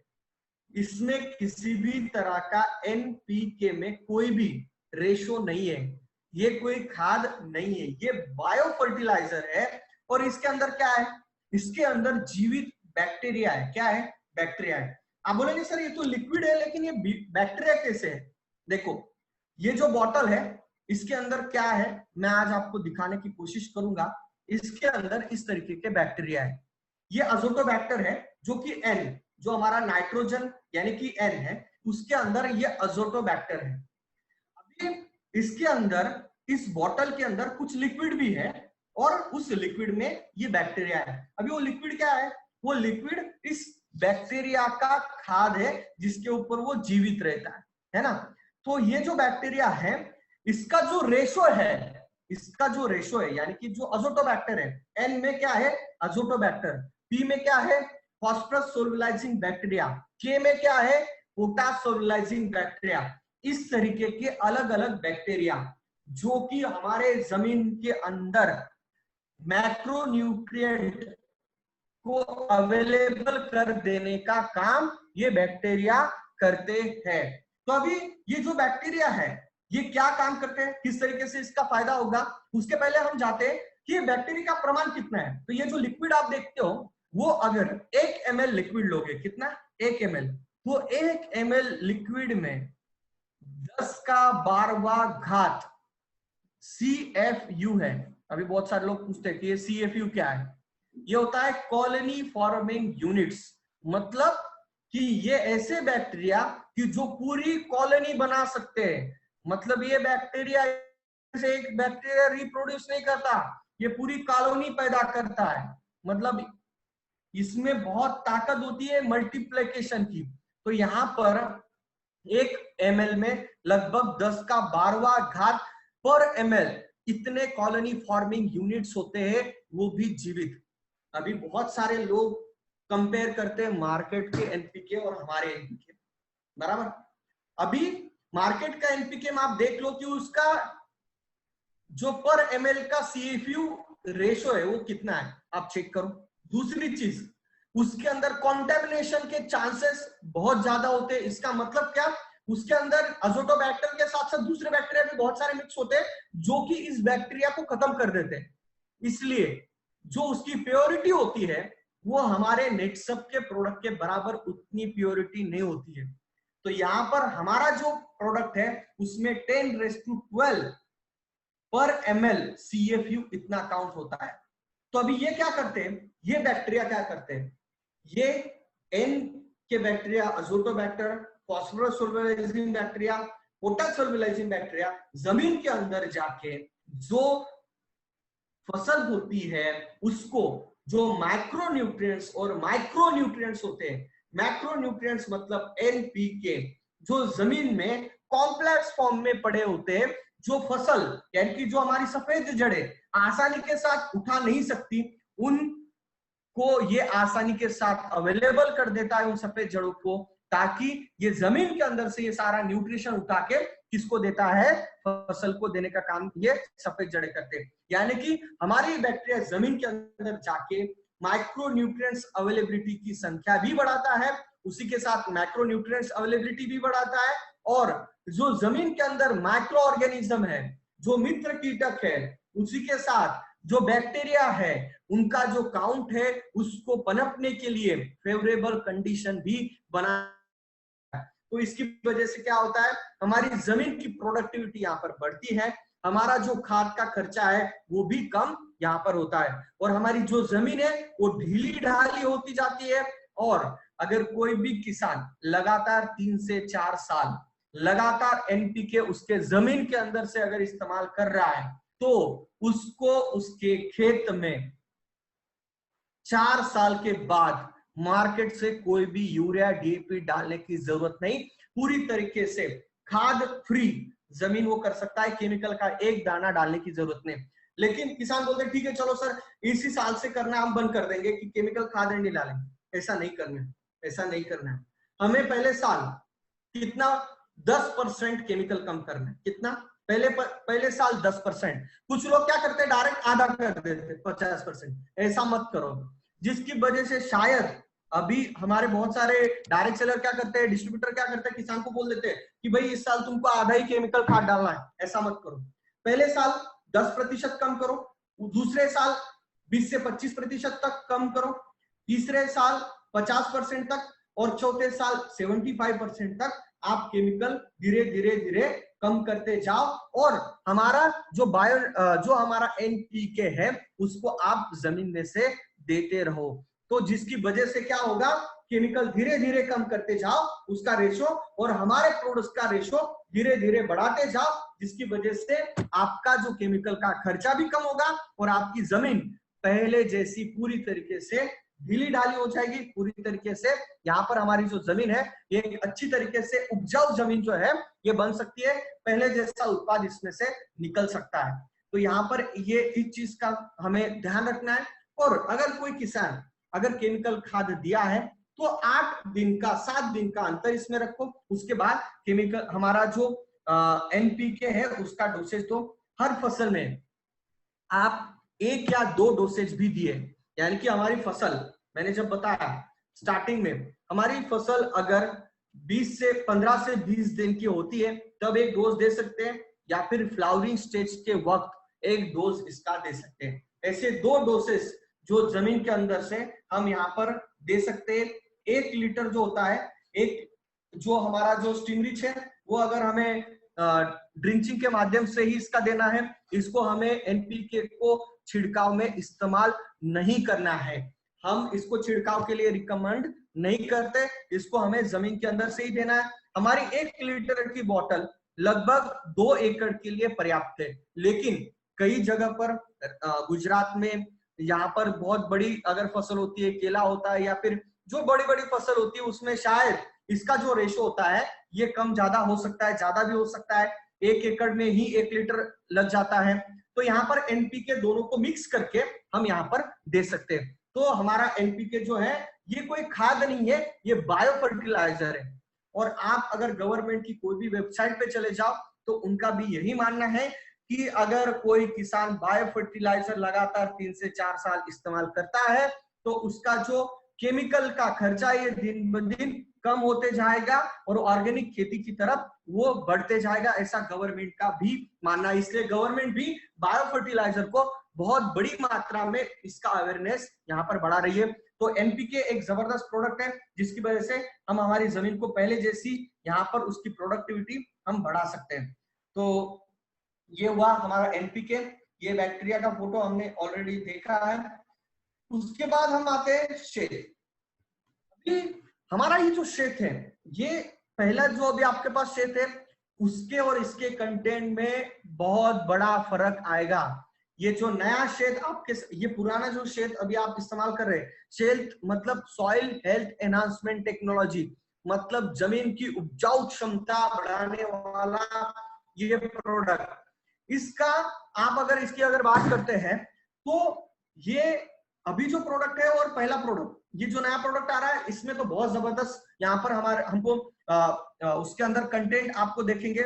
इसके अंदर दो तरीके के अलग अलग कंटेंट का इस्तेमाल किया गया है। एक इसके अंदर बायोस्टिमुलेंट, जो मैंने आपको बताया कि फसल को ग्रो होने के लिए बायोस्टिमुलेंट की भी आवश्यकता होती है। और बायोस्टिमुलेंट कौन से है? बायोस्टिमुलेंट रिवाइज कर लेते हैं। बायोस्टिमुलेंट क्या क्या है? Humic acid, seaweed extract, folic acid, enzyme, proteins, carbohydrate, micro organism, ये बायोस्टिमुलेंट है। लेकिन ये फसल में होते हैं, हर एक फसल में होते हैं, लेकिन उनकी मात्रा जो होती है बहुत कम होती है। अगर इसकी मात्रा अगर हम फसल में ज्यादा बढ़ा देंगे तो क्या होगा? ये हमारी जो फसल है बहुत जबरदस्त तरीके से ग्रो करेगी। तो हमने इसके अंदर क्या डाला है? बायोस्टिमुलेंट्स तो डाले हैं, लेकिन इसके अंदर कुछ बैक्टीरिया भी है, यानी कि इसके अंदर कुछ बैक्टीरियल काउंट है। मतलब बैक्टीरिया के साथ साथ बायोस्टिमुलेंट का एक यूनिक कॉम्बिनेशन, ऐसा प्रोडक्ट आपको मार्केट में कहीं पर भी नहीं मिलेगा। यानी कि ये दो काम कर रहा है, ये दो काम कर रहा है। क्या? कि फसल को बायोस्टिमुलेंट यानी कि यहाँ पर इससे एंजाइम भी मिलेंगे, इसके माध्यम से इसको प्रोटीन भी मिलेगा, उसके साथ इसके अंदर के जो बैक्टीरिया है ये जमीन के अंदर जाके फसल को जो माइक्रोन्यूट्रिएंट्स होते हैं, माइक्रोन्यूट्रिएंट्स कौन से हैं? Micronutrients iron, manganese, boron, zinc, copper, इनको भी अवेलेबल कर देने का काम करेगा। मतलब हमारी फसल को ग्रो करने के लिए जो मैक्रो और माइक्रोन्यूट्रिएंट है, मैक्रोन्यूट्रिएंट कहां से मिल जाएंगे? हमारे एनपीके के बैक्टीरिया दे देंगे। और माइक्रोन्यूट्रिएंट कहां से मिल जाएंगे? ये हमारे शेड के बैक्टीरिया दे देंगे। यानी कि हमारी फसल को ग्रो होने के लिए जो जो चीजें चाहिए वो हमारे प्रोडक्ट के माध्यम से हम पूरी तरीके से देने की कोशिश करेंगे, नेचुरल तरीके से अवेलेबल कर देने की कोशिश हमारे शेड इस प्रोडक्ट के माध्यम से क्या होगा? बायोस्टिमुलेंट के साथ साथ इसके अंदर बैक्टीरिया है जो कि फसल की ग्रोथ तो बहुत अच्छी तरीके से होगी। और बायोस्टिमुलेंट और एक चीज काम करता है क्या? जो हमारी फसल होती है उसको अबायोटिक स्ट्रेस, यानी कि पानी ज्यादा हो गया, सूर्य प्रकाश ज्यादा हो गया, पानी कम हो गया, इससे उसके अंदर उसका जो स्ट्रेस है वो सहन करने की क्षमता भी बढ़ाएगा हमारा शेत ये प्रोडक्ट। उसी के साथ ये प्रोडक्ट उस हमारी जो फसल है उसकी ह्यूमन सिस्टम ही बढ़ाने का पूरी तरीके से काम करेगा। तो यहाँ पर हमारे शेत के बहुत सारे अलग अलग यहाँ पर बेनिफिट्स मिलेंगे। उसी के साथ हमारी जो जमीन है उसकी फिजिकल, केमिकल और बायोलॉजिकल प्रॉपर्टी को भी इंप्रूव करेगा। अभी बहुत सारे लोग पूछते हैं कि सर फिजिकल प्रॉपर्टी क्या होती है, बायोलॉजिकल प्रॉपर्टी क्या होती है? फिजिकल प्रॉपर्टी मतलब क्या? कि फसल जो हमारी जमीन है उसके अंदर एरिएशन हो रहा है क्या, वो जमीन जो है उसका जो स्ट्रक्चर है वो ढीला ढाला हो रहा है क्या, उसको कहते हैं फिजिकल प्रॉपर्टी। वो जमीन कितनी मुलायम है, कितनी उसके अंदर कितने आसानी के साथ जो हम फसल लगा रहे हैं वो पूरी तरीके से उसमें से जो न्यूट्रिएंट है वो आसानी के साथ एब्सॉर्ब कर पा रही कि नहीं कर रही, ये फिजिकल प्रॉपर्टी के अंदर आता है। बायोलॉजिकल प्रॉपर्टीज मतलब क्या? इसके अंदर माइक्रो ऑर्गेनिज्म की संख्या कितनी है, इसके अंदर मित्र कीटक की संख्या कितनी है, इसके अंदर केचुओं की संख्या कितनी है, ये बायोलॉजिकल प्रॉपर्टी के अंदर जाता है। केमिकल प्रॉपर्टी के अंदर इसके अंदर जो बेनिफिशियल केमिकल्स हैं वो इस जो सॉइल है इसके अंदर कितने हैं। तो ये जो सुधारने की अवस्था है इसको भी काम करता है ये शेत नाम का हमारा प्रोडक्ट। वो उसी के साथ मैंने कहा कि माइक्रो न्यूट्रिएंट्स भी अवेलेबल कर देने का काम इसके अंदर जो बैक्टीरिया है वो करते हैं। यानी कि हमारे फसल हमारे जो किसान भाई है क्या करते हैं? मार्केट में दो तरह की बोरी लाते हैं। एक यूरिया डीएपी लाते हैं, उसके साथ हरी नीली पीली भी बोरियां लाते हैं, जिसके अंदर हमारा किसान भाई को वो जो दुकानदार वो क्या कहता है कि साहब आपको माइक्रोन्यूट्रिएंट की भी बोरी लेके जानी पड़ेगी जो हमारी फसल को जरूरी है।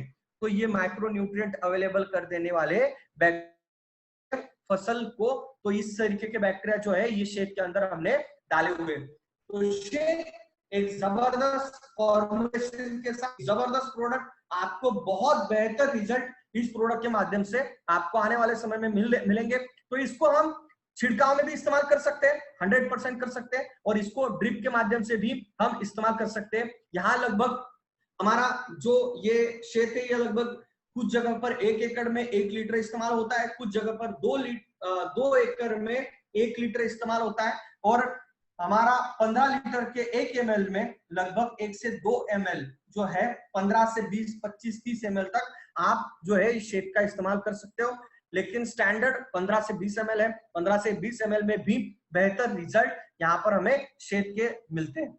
उसी के साथ ये हमारे जो दो प्रोडक्ट है ये क्या काम कर रहे हैं आप देखो, ये जमीन सुधारने का काम कर रहा है, मिट्टी सुधारने का काम कर रहे हैं, फसल को मैक्रो माइक्रो न्यूट्रिएंट अवेलेबल कर देने का काम कर रहे हैं। और हमारा जो स्टीमरिच और बायो95 ये प्रोडक्ट क्या कर रहे हैं, जो फसल की जो बाहर की ग्रोथ है उसको बढ़ाने का काम कर रहे हैं। उसके साथ हम अभी जो हमारा नेक्स्ट प्रोडक्ट है उसके ऊपर आते हैं, इंटैक्ट। अभी हमारी जो फसल है हमने अभी तक जो बात कर रहे थे हम इसके ऊपर बात कर रहे थे, इसके ऊपर हमने अभी तक इस टाइप के प्रोडक्ट देखो, सनलाइट ये तो नेचुरल तरीके से मिलेगा, वाटर हम तो देते ही है, हवा जो नेचुरल तरीके से मिलती है, कार्बन डाइऑक्साइड नेचुरल तरीके से मिलता है, मिनरल्स माइक्रो और माइक्रो न्यूट्रिएंट्स, प्लांट हार्मोन्स मतलब प्लांट ग्रोथ रेगुलेटर्स और बायोस्टिमुलेंट, ये हम हमारे स्टीमरिच, बायो95, शेक और एनपीके के माध्यम से हमारी फसल को दे रहे हैं। अगर ये सही मात्रा में सही टाइम पे अगर हम हमारे फसल को देते हैं, हमारे किसान भाई को हम सजेस्ट करते हैं, मैं आपको गारंटी देता हूं 100% उसका 20 से 40% उत्पाद जो है ये गारंटेड बढ़ता है। ऐसा हम क्यों कहते हैं, क्योंकि हम पूरी तरीके से प्रैक्टिकल तरीके से हम इसके ऊपर हमारे साइंटिस्ट जो है ये काम करते हैं, उस तरीके से ये प्रोडक्ट हमने बनाए हुए हैं। तो अभी हम बात करेंगे कि हमारी फसल को जो प्रॉब्लम है ये कहां से हो सकते हैं। एक होता है डिसीज और दूसरा होता है इंसेक्ट और पेस्ट से, ठीक है। तो ओवरडोसेज जो है वो तो किसान के हाथ में, ओवरडोज देना नहीं देना। उसके साथ जो हम डिसीज और जो इंसेक्ट और पेस्ट है उसके ऊपर हम अभी बात करेंगे। तो जो इंसेक्ट और पेस्ट होते हैं ये अलग अलग तरीके के होते हैं, मतलब सकिंग पेस्ट होता है, उसके साथ कैटरपिलर यानी कि कुछ जगह पर इसको ईडर कहते हैं, कुछ जगह पर इल्ली कहते हैं, कुछ जगह पर लार्वा कहते हैं, और कुछ जमीन के अंदर भी कीड़े रहते हैं जो हमारे जो रूट्स होते हैं फसल के जो नीचे जाके वहां पर भी खराब करते हैं। ऐसे भी बहुत सारे कीटक होते हैं। तो यहाँ पर अभी हमारा जो इंटैक्ट प्रोडक्ट है ये किसके ऊपर काम करता है, ये सकिंग पेस्ट के ऊपर काम करता है। और जो अभी नया इंटैक्ट जो आपके हाथ में आएगा वो इसके अंदर कुछ एडवांस कुछ कंटेंट हमने डाले हुए हैं, है ना। तो यहां पर हमारा जो इंटैक्ट है ये अगर हम स्टार्टिंग से इस्तेमाल करते हैं एज अ प्रिवेंटिव, क्योंकि हमारे किसान भाई क्या करते हैं, हमारे किसान भाई छिड़काव कब करते हैं, जब उसको उसके आंखों को जब उसके खेत में करता है, लेकिन तब तक वो जो कीटक होता है उसने ऑलरेडी बहुत सारा नुकसान हमारी फसल को करके रखा रहता है। लेकिन हम स्टार्टिंग से एज अ प्रिवेंटिव करके अगर हम इंटैक्ट का इस्तेमाल करते हैं तो हम यहाँ पर हमारे खेत में जो सकिंग पेस्ट आते हैं उसको हम कंट्रोल कर सकते हैं। तो यहाँ पर हमारा जो प्रोडक्ट है ये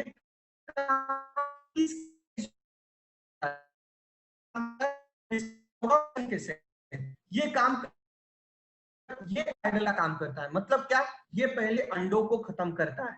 ये अंडे जो पुराने जितने भी आपके खेत में अंडे होते हैं कीटक के, उनको नष्ट करने का काम करता है। अगर अंडे ही नहीं रहेंगे तो उसमें से जो लार्वा है या कीटक है वो आएगा के बाहर, बिल्कुल नहीं आएगा। एंटीफिडेंट मतलब यानी कि अगर अंडे में से अगर कीटक बाहर भी आ गया तो वो आपके फसल को नुकसान नहीं पहुंचाएगा अगर आपने इंटैक्ट का छिड़काव किया है तो, या फिर किसान ने इंटैक्ट का छिड़काव किया है। क्यों?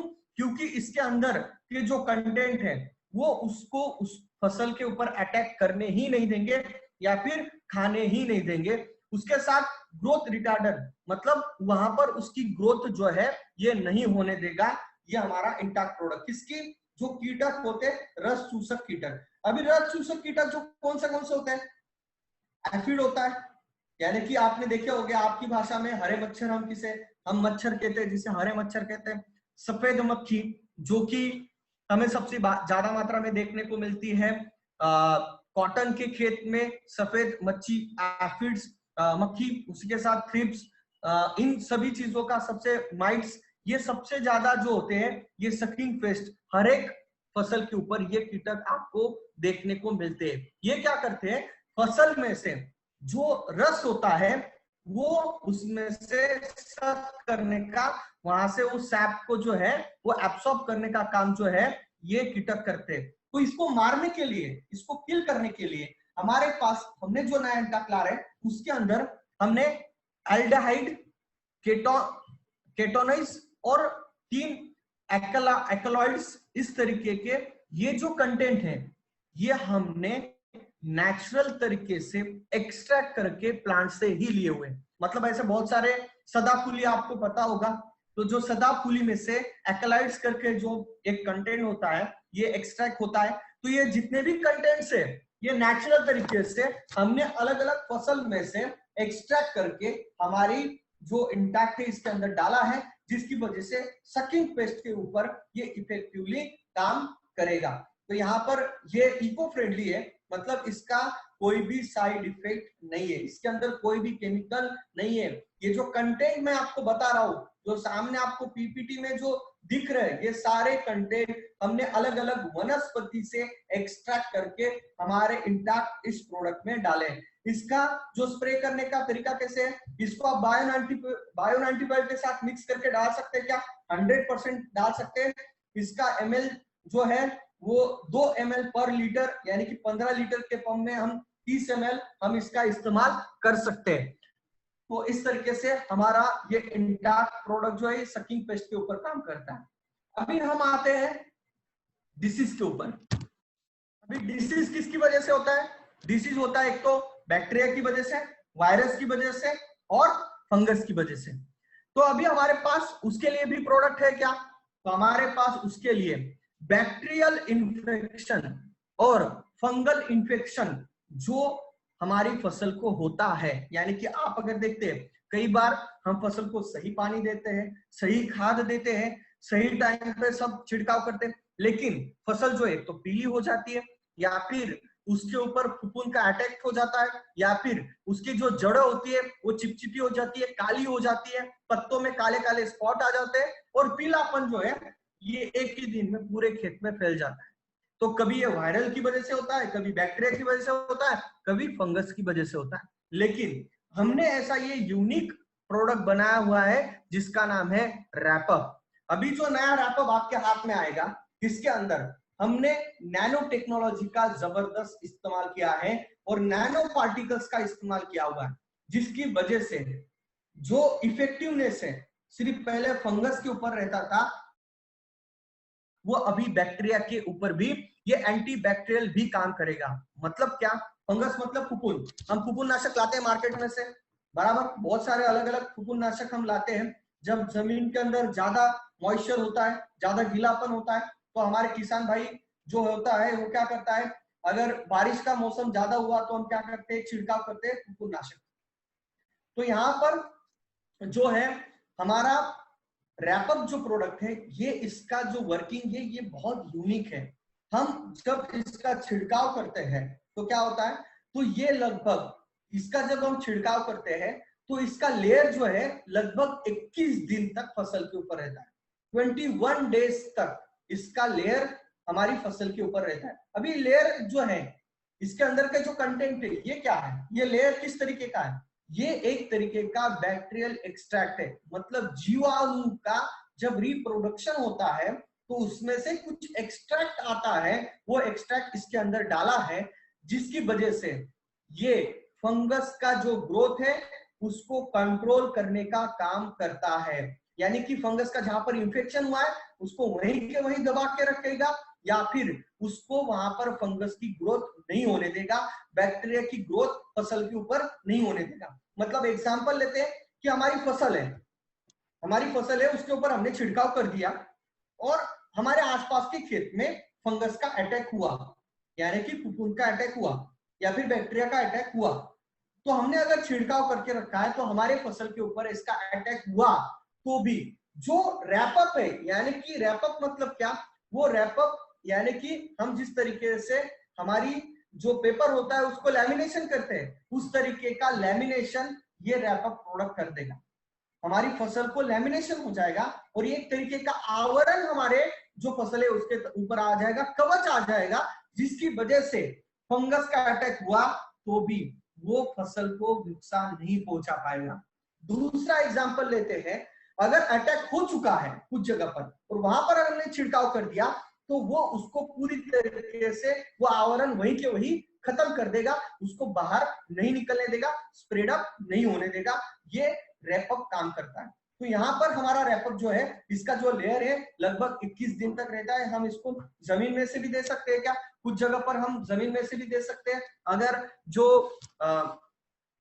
अदरक होती है, हल्दी होती है, उस फसल में हम इसको जमीन के अंदर से भी दे सकते हैं, क्योंकि वहां पर फंगस का अटैक जो है ये बहुत ज्यादा मात्रा में फफूंद का अटैक जो है होता है। तो ये रैपअप जो है यूनिक प्रोडक्ट जो है यहाँ पर कंपनी ने बनाया हुआ है और ये सभी तरह के क्रॉप्स के ऊपर काम करता है। तो इस तरीके से ये रैपअप प्रोडक्ट हमारा काम करता है। और जो है यहाँ पर 5 ml पर लीटर के हिसाब से हम यहाँ पर जो 5 ml है ये ज्यादा है, लेकिन 2 से 3 ml भी हमने इसका इस्तेमाल किया तो भी जबरदस्त तरीके से ग्रोथ यहाँ पर हमारा जो फंगस है उसको पूरी तरीके से रोकने का काम यहाँ पर करेगा।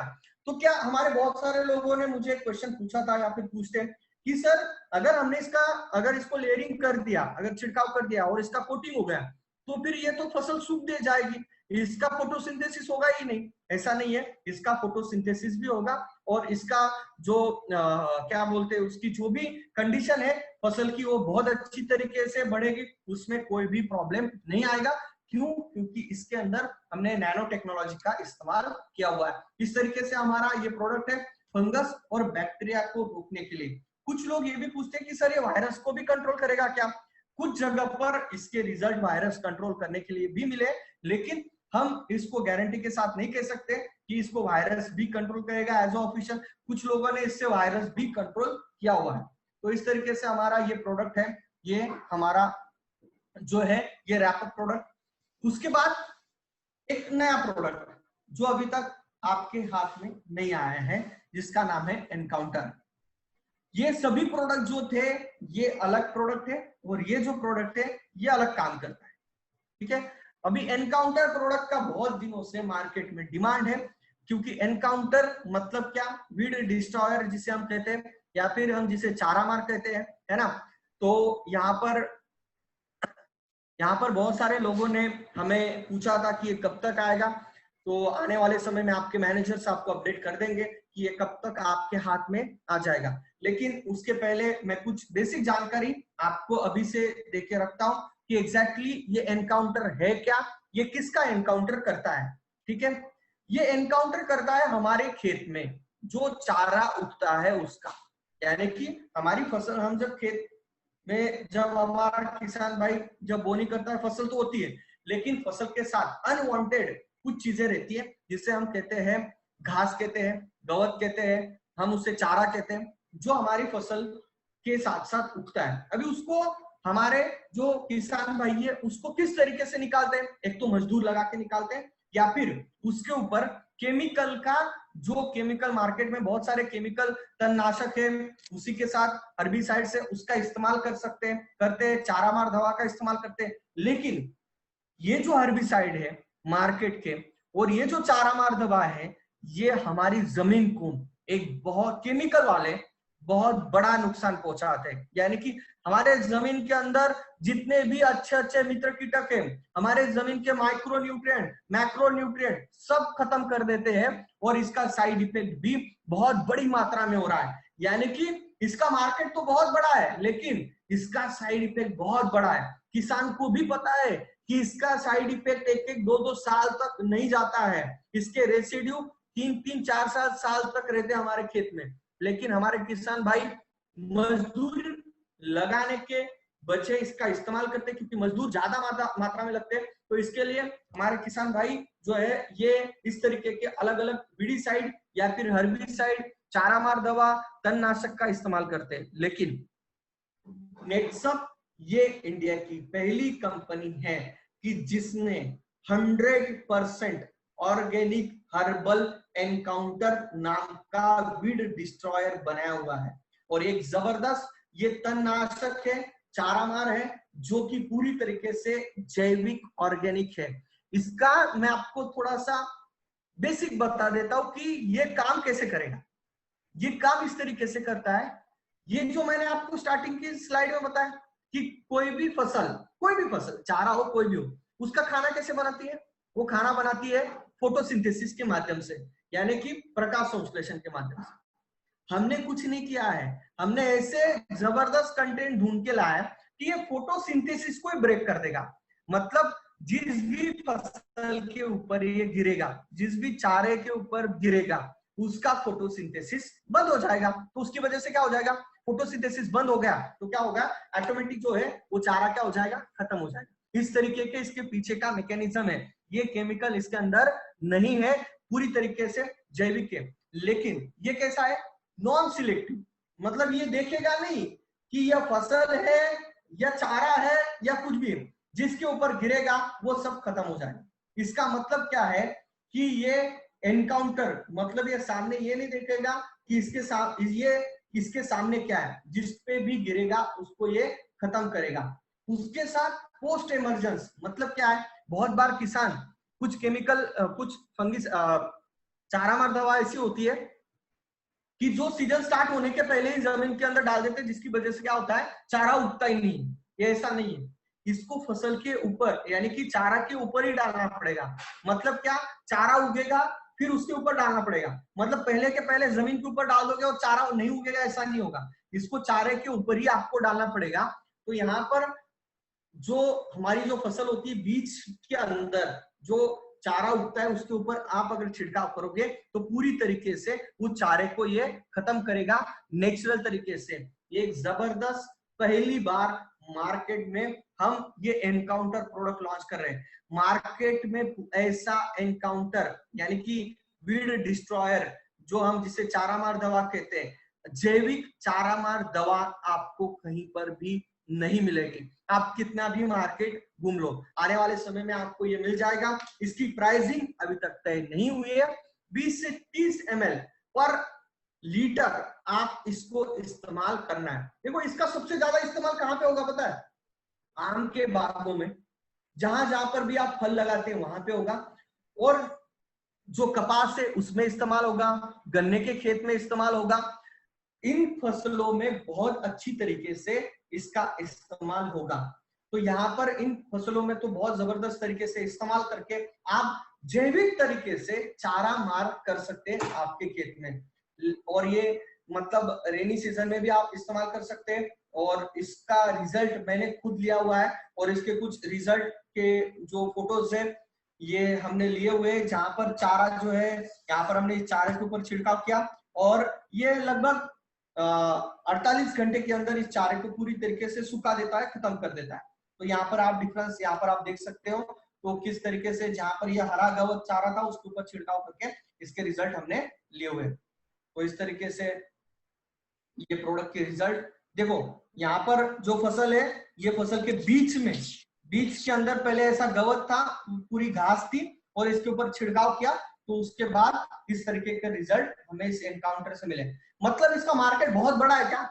बहुत बड़ा है। इसका मार्केट बहुत बड़ा है। आने वाले समय में ये मार्केट बहुत, जो ये प्रोडक्ट है इसका डिमांड बहुत जबरदस्त तरीके से यहाँ पर हमें रहने वाला है। जैसे ही प्रोडक्ट मार्केट में लॉन्च होगा, हमें पता है कि इसका डिमांड बहुत जबरदस्त तरीके से आने वाला है। तो ये हमारा ये प्रोडक्ट था, हमारा एनकाउंटर। उसके साथ अभी हमारा जो नेक्स्ट प्रोडक्ट है वो है बायोफिट का, जो पेट लोशन एनिमल केयर में आता है, जिस प्रोडक्ट को हमने फिर से कंटिन्यू किया है, फिर से हमने लॉन्च किया है। हमारे जो जानवर होते हैं, जो हमारे मतलब बहुत सारे किसान भाई जिनके पास बैल होती है, गाय होती है, भैंस होती है, उस मतलब बछड़े होते हैं, बकरे होते हैं, बकरी होती है, उसके ऊपर बहुत सारे कीटक का अटैक होता है। और ये जो कीटक होते हैं ये क्या करते हैं? ये कीटक जो होते हैं हमारे जो प्राणी होते हैं, जो भी हमारे गाय भैंस बैल है, उनका खून चूसने का काम करते हैं। मतलब आप उनको कितना भी अच्छी खिलाई कर रहे हो, लेकिन उनके ऊपर अगर इस कीटक का अटैक है, मक्खियों का अटैक है, तो ये क्या करते हैं? ये डायरेक्टली उस जानवर का खून चूसने का काम ये कीटक करते हैं, जिसकी वजह से जो हमारे प्राणी हैं, जो भी हमारे पेट से, उनकी जो सेहत है वो अच्छी नहीं रह पाती। वो उनका जो पूरी तरीके से जो बॉडी है उसके ऊपर बहुत सारे अटैक इन कीटक का होता है, जिसकी वजह से हमारे जो जानवर है वो स्वस्थ नहीं रह पाते। और ये जो कीटक है ये एक जानवर से दूसरे जानवर पे भी जाते, जिसकी वजह से एक जानवर से दूसरे जानवर तक ये बीमारी पहुंचाने का काम भी ये कीटक करते हैं। तो मार्केट में बहुत सारी दवाइयां हैं इन कीटक को मारने के लिए, लेकिन ये सारी दवाइयां कैसी है? केमिकल की है। बहुत बार बहुत सारी जगह पर ये देखा गया है कि बैल को कीटक मारने की दवा लगाई, जिसकी वजह से बैल मर गया, गाय मर गई, भैंस मर गई। क्यों? क्योंकि इसके अंदर पॉइजन होता है। देखो ये पॉइजन की वजह से क्या हो जाता है, ये अगर बैल उसको अगर चाट लेता है, अगर उसके मुंह में चला जाता है, तो जिसकी वजह से क्या हो जाता है, यहाँ पर वो बैल मर जाता है, गाय मर जाती है, भैंस मर जाती है। तो ऐसे बहुत सारे केसेस हमको देखने को मिलते हैं। लेकिन हमारे जो पेट लोशन जो प्रोडक्ट है उसके माध्यम से यहाँ पर जो हमने एक जबरदस्त हर्ब्स के माध्यम से, एक जबरदस्त हर्ब्स का इस्तेमाल करके इस पेट लोशन प्रोडक्ट को बनाया हुआ है। 100% ऑर्गेनिक, 100% आयुर्वेदिक ये पेट लोशन है, जो कि हम हमारे गाय भैंस को इस्तेमाल करके यहाँ पर हमारे जो गाय भैंस बैल है उनको पूरी तरीके से कीटक मुक्त हम रख सकते हैं। ये पूरी तरीके से नॉन टॉक्सिक है, पूरी तरीके से केमिकल फ्री है। हमारा स्टैंडर्ड डोज है 10 लीटर पानी में 10 ml, 1 लीटर में 1 ml, इसके हिसाब से आप इस्तेमाल कर सकते हैं। इसको इस्तेमाल करने से पहले आप गाय बैल को पहले धो लो, फिर उसके बाद उसको लगाओ, और लगाने के बाद 1 से 2 घंटा रहने दो, फिर उसके बाद उसको पूरी तरीके से धो लो। आपके बैल कीटक के ऊपर, भैंस के ऊपर जो भी कीटक है वो पूरी तरीके से खत्म हो जाएंगे। तो इस तरीके से हमारा ये पेट लोशन प्रोडक्ट था। उसी के साथ हमारा सबसे चहीता प्रोडक्ट, ये ऐसा प्रोडक्ट है कि जो हमारे बायोफिट के अंदर एक अच्छा सेल होने वाला प्रोडक्ट, जो CFC प्लस, हम जिसको बहुत बड़ी मात्रा में सेल करते हैं। राजस्थान में, गुजरात में, मध्य प्रदेश में इस प्रोडक्ट का बहुत बड़ी मात्रा में सेल होता है। किसानों के पास जितने भी गाय भैंस बैल घोड़ा बछड़ा बकरी है, पोल्ट्री है, उसमें इसका इस्तेमाल होता है। देखो हम गुजरात के लोग को न्यूट्रिशन जो है वो बहुत अच्छी तरीके से लोगों को बताते हैं, हेल्थ अवेयरनेस, यानी कि नेचुरल प्रोडक्ट का अगर सेल अगर सबसे ज्यादा कहीं होता है तो गुजरात में होता है। तो हम लोगों को न्यूट्रिशन बहुत अच्छी तरीके से सेल करते हैं। हमारे जो हेल्थ रिलेटेड है, यानी कि हम ये बताते हैं कि आपकी बॉडी के अंदर जो जो कमियां हैं वो पूरी तरीके से नेचुरल मोड के माध्यम से कंप्लीट हो जाती है। लेकिन वैसे ही हमारे जो बैल होता है, गाय होती है, भैंस होती है, उसको भी न्यूट्रिशन की आवश्यकता होती है। उसको भी विटामिन, प्रोटीन्स, एंजाइम, हर्ब्स, इन मिनरल्स, उसके साथ अलग अलग न्यूट्रिएंट्स की आवश्यकता होती है। तो ये जो न्यूट्रिशन होते हैं ये चारा के माध्यम से या फिर हम जो भी उसको खिला रहे हैं उसके माध्यम से वो पूरा नहीं होता है। तो हमारा जो ये CFC प्लस है, इसके अंदर लगभग 28 तरीके के अलग अलग कंटेंट है।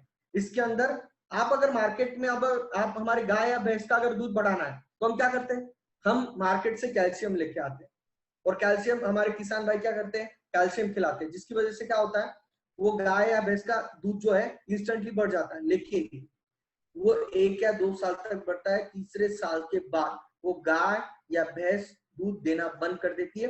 क्यों? क्योंकि उसकी जो क्षमता है उससे उसके साथ खिलवाड़ किया जाता है इस केमिकल कैल्शियम के माध्यम से। लेकिन हमारा जो CFC प्रोडक्ट है इसके अंदर नेचुरल हर्ब्स है, नेचुरल प्रोडक्ट्स है, जिसकी वजह से उसका जो दूध है उसको किस तरीके से बढ़ाया जाता है, क्योंकि उसके अंदर नेचुरल तरीके से कंटेंट डाले हैं जो कि नेचुरल तरीके से उसका जो दूध बढ़ाने में काम करता है। इसके अंदर vitamin A, vitamin D3, vitamin E, शतावरी, मेथी, इस तरीके से नेचुरल कंटेंट इस प्रोडक्ट के अंदर डाले। उसी के साथ minerals, calcium, phosphorus, magnesium, iodine, iron, zinc, इस तरीके से कंटेंट इसके अंदर डालें। आप किसी भी वेटरनरी डॉक्टर के पास चले जाओ, या फिर आप में से बहुत सारे लोग वेटरनरी डॉक्टर है, आपको पता है कि इस तरीके के कंटेंट एक ही जार में आपको नहीं मिलेंगे। उसी के साथ प्री और प्रोबायोटिक बैक्टीरिया जो जमीन को प्री और प्रोबायोटिक बैक्टीरिया जो हमारी गाय या भैंस को बहुत अच्छी तरीके से उसकी डाइजेस्टिव सिस्टम अच्छा रखने का काम करती है। तो ये CFC प्रोडक्ट हम हमारे गाय या भैंस को तो हम दे ही सकते हैं, जिसकी वजह से हमारे गाय या भैंस का दूध 20 से 25 दिन के अंदर 1 से 2 लीटर तक कम से कम बढ़ता है। कितना कम से कम बता रहा हूँ, ज्यादा तो मैंने बहुत सुना है, 4 लीटर 5 लीटर तक भी दूध बढ़ा है, लेकिन यहाँ पर 1 से 2 लीटर तो गारंटेड यहाँ पर मिल्क प्रोडक्शन जो है ये होता है। यहाँ पर जो डोसेज है ये 10 से 15 ग्राम, मतलब सुबह शाम मिलके, दोनों मिलके, मतलब एक टाइम में 10 ग्राम खिलाओ, या सुबह 5 ग्राम शाम को 5 ग्राम, ऐसा भी आप खिला सकते हो। तो 10 ग्राम उसके पेट में आप खली के माध्यम से, उसके साथ आटे के माध्यम से आप उसको आपके गाय या भैंस को खिला सकते हैं, घोड़े को खिला सकते हैं। पोल्ट्री में आप इसको दे सकते हैं। पोल्ट्री फार्मिंग में सबसे बड़ा प्रॉब्लम, 2 प्रॉब्लम होती है। एक होती है मोर्टिलिटी, यानी कि जो आप चूजे लाते हो, मतलब जो किसान जो होता है वो चूजे जो लाता है वो मर जाते जल्दी, मतलब सब 100 लाए तो उसमें से सिर्फ 70-80 बाकी खत्म हो जाते हैं, क्योंकि उनको सही तरीके से न्यूट्रिशन नहीं मिलता, या फिर उनकी इम्यून सिस्टम उतनी स्ट्रांग नहीं होती। तो वहां पर एक सबसे बड़ा प्रॉब्लम होता है। दूसरा, जो बैच तैयार होता है वो लेट होता है, जिसकी वजह से उसका जो फूड कंजम्पशन रेशो होता है, FCR जिसे कहते हैं, वो ज्यादा हो जाता है। मतलब पोल्ट्री का पूरा जो गणित होता है ये फूड कंजम्पशन रेशो पे होता है, मतलब जितना ज्यादा फूड लगता है उतना ज्यादा वो जो है उसकी प्रॉफिटेबिलिटी कम होती जाती है। तो यहाँ पर जो बैच है वो कम से कम 4 से 5 दिन पहले ही कंप्लीट हो जाता है, क्योंकि इसके माध्यम से ये अगर हम पोल्ट्री में अगर उसके खाने के साथ, मतलब 1 टन फीड के साथ 250 ग्राम से 300 ग्राम मिक्स करके, हॉपर में मिक्स करके हम उसको दे सकते हैं। अगर आपको उसकी डिटेल इंफॉर्मेशन चाहिए तो आपके मैनेजर को पास में व्हाट्सएप कर दूंगा, वो वहां से आपको ये मिल जाएगी। तो पोल्ट्री में भी हम इसको इस्तेमाल कर सकते हैं। तो इस तरीके से हमारे एग्जिस्टिंग प्रोडक्ट है जो कि ऑलरेडी मार्केट में पहुंच चुके हैं। उसके साथ अपकमिंग प्रोडक्ट की बात करते हैं तो एक डीकंपोजिंग करके एक प्रोडक्ट आ रहा है। डीकंपोजर नाम का एक प्रोडक्ट है जो कि हमारे खेत में बहुत सारा वेस्टेज होता है, या फिर हमारे खेत में बहुत सारी ऐसी चीजें होती है कि जिनको हम जला देते हैं, या फिर हमारा गोबर खाद जो होता है उसको डिकम्पोज करने के लिए, खाद में कन्वर्ट करने के लिए नेक्सप एक बैक्टीरियल कल्चर नाम का एक डिकम्पोस्टिंग नाम का एक प्रोडक्ट ला रहा है। अभी उसके ऊपर वर्कआउट हो रहा है, वो आने वाले समय में आपको मिलेगा, जिससे कि आप देख सकते हैं कि ये यहाँ पर एक गोबर का और थोड़ा चारे का पूरा तरीके से ये मिक्स किया हुआ ये आपको दिख रहा है सामने, और इसके ऊपर हमने इस कल्चर का, बायोफिट कल्चर का इस्तेमाल किया। उसके बाद ये पूरी तरीके से इसका जो कन्वर्जन ये चाय पत्ती जैसा हो चुका है, मतलब ये पूरी तरीके से खाद में कन्वर्ट हो गया है और इंस्टेंट खाद में इसका कन्वर्जन हो चुका है। तो एक जबरदस्त एक प्रोडक्ट आने वाले समय में हमें मिल रहा है। मतलब एग्जांपल लो कि आपके खेत में आपने एनकाउंटर प्रोडक्ट का इस्तेमाल किया जिससे चारा खत्म हो गया, और उसके ऊपर आपने डिकम्पोजर या फिर कल्चर का स्प्रे कर दिया, तो वो उसको डायरेक्टली खाद में कन्वर्ट कर देगा। या फिर हम कई बार क्या होता है, गेहूं निकलने के बाद पूरी तरीके से उसको जलाना पड़ता है, तो वहां पर हम अगर इसका छिड़काव कर देंगे कल्चर का तो उसको पूरी तरीके से खाद में कन्वर्ट कर देगा। गन्ने के खेत में भी वैसे ही होता है, तो वहां पर भी हम, केले के खेत में भी ये जो चीजें होती है उसको जलाना पड़ता है फसल निकलने के बाद, तो उसको हम उसके ऊपर अगर इसका छिड़काव करेंगे तो इसको पूरी तरीके से खाद में कन्वर्ट कर देगा। ऐसा कल्चर नाम का प्रोडक्ट आने वाले समय में आपको मिलेगा। उसी के साथ इंटैक का ही एक दूसरा भाई अभी आ रहा है, बायो लार्विसाइड करके इसे हम कह सकते हैं। हमारे पास एक बहुत बड़ी समस्या हर बार हमें देखने को मिलती है कि हमारा इंटैक प्रोडक्ट जो है ये इल्ली के ऊपर पूरी तरीके से असरदार नहीं है। असरदार है स्टार्टिंग के टाइम पे, अगर लार्वी टाइम पे अगर आप इंटैक का इस्तेमाल करोगे तो ये इल्ली को, ईडर को भी खत्म कर देगा। लेकिन अगर ये बड़ी हो गई उस वक्त अगर स्प्रे करोगे तो कोराजन से भी ये मरती नहीं, प्रोफेक्स से भी मरती नहीं। तो ये हमारे इंटा जो है ये तो हर्बल है, ऑर्गेनिक, इससे तो नहीं मरेगी। लेकिन उसके लिए एक जबरदस्त प्रोडक्ट आने वाले समय में हम इस जो इल्ली है, स्पेशल इल्ली के लिए हम एक जबरदस्त नया बायो लार्विसाइड करके एक नया प्रोडक्ट जो है हम मार्केट में हम उतार रहे हैं। उसी के साथ एक्वाकल्चर जो फिशरी करते हैं उनके लिए एक जबरदस्त गुड न्यूज है कि हम उसके ऊपर भी काम कर रहे हैं। एक्वाकल्चर के लिए, एक फिशरी के लिए एक जबरदस्त प्रोडक्ट ला रहे हैं, क्योंकि एक्वाकल्चर ये आने वाले समय में हमारे बहुत सारे, मतलब इंडिया में भी बहुत सारी जगह पर ऑलरेडी हो रहा है और उसके लिए बहुत सारी जगह पर अभी स्टार्ट भी हुआ है बहुत सारे स्टेट में।